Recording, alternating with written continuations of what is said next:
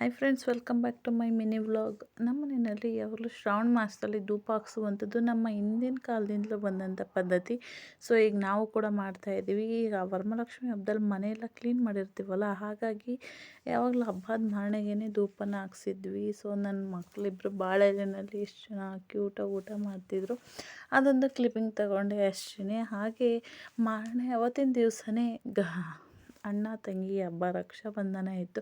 So ನನಗಿಬ್ಬರು ಗಂಡು ಮಕ್ಳು ಇರೋದ್ರಿಂದ ನನಗೆ ರಾಖಿ ಕಟ್ಸೋದಕ್ಕೆ ಆಗ್ತಿರ್ಲಿಲ್ಲ. ಸೊ ಇವಳು ನನ್ನ ತಂಗಿ ಮಗಳು ಅಂತಾನೆ, ನನ್ನ ಸಿಸ್ಟರ್ ಮಗಳು. ಅವಳ ಕೈಲೇ, ಅವಳು ನನ್ನ ಮಗಳು ಥರನೇ, ಅವಳು ಅಷ್ಟು ನಮ್ಮನ್ನು ಹಚ್ಕೊಂಡವಳೆ. ಅವಳ ಕೈಲೇ ನನ್ನ ಮಕ್ಕಳಿಬ್ರಿಗೂ ಕೂಡ ರಾಖಿ ಕಟ್ಟಿಸ್ತಿದ್ದೀನಿ. ಒಬ್ಬರಿಗೆ ತಂಗಿ ಆಗ್ತಾಳೆ, ಇನ್ನೊಬ್ಬನಿಗೆ ಅಕ್ಕ ಆಗ್ತಾಳೆ. ಸೊ ಹಾಗಾಗಿ ಅವಳಿಗೂ ಕೂಡ ಅಷ್ಟೇ ರಾಖಿ ಕಟ್ಟೋದು ಅಂತ ಅಂದರೆ ನನ್ನ ಮಗನಿಗಂತೂ ತುಂಬ ಇಷ್ಟ ಆಯಿತು.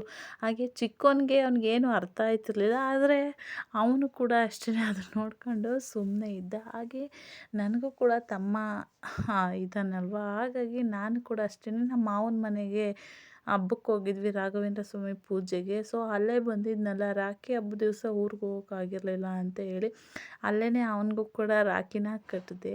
ಪ್ರತಿ ವರ್ಷವೂ ಕೂಡ ಹಬ್ಬದ ದಿವಸ ಕಟ್ಟೋಕ್ಕಾಗದೇ ಇದ್ದರು ಅಟ್ಲೀಸ್ಟ್ ಹಬ್ಬ ಆದಮೇಲಾದ್ರೂ ಗೌರಿ ಹಬ್ಬದವರೆಗೂ ಟೈಮ್ ಇರುತ್ತಲ್ಲ. ಸೊ ಹಾಗಾಗಿ ಆ ಟೈಮಲ್ಲಿ ಯಾವ್ದಾದ್ರು ಒಂದು ಟೈಮಲ್ಲಿ ಕಟ್ತೀನಿ. Thank you for watching.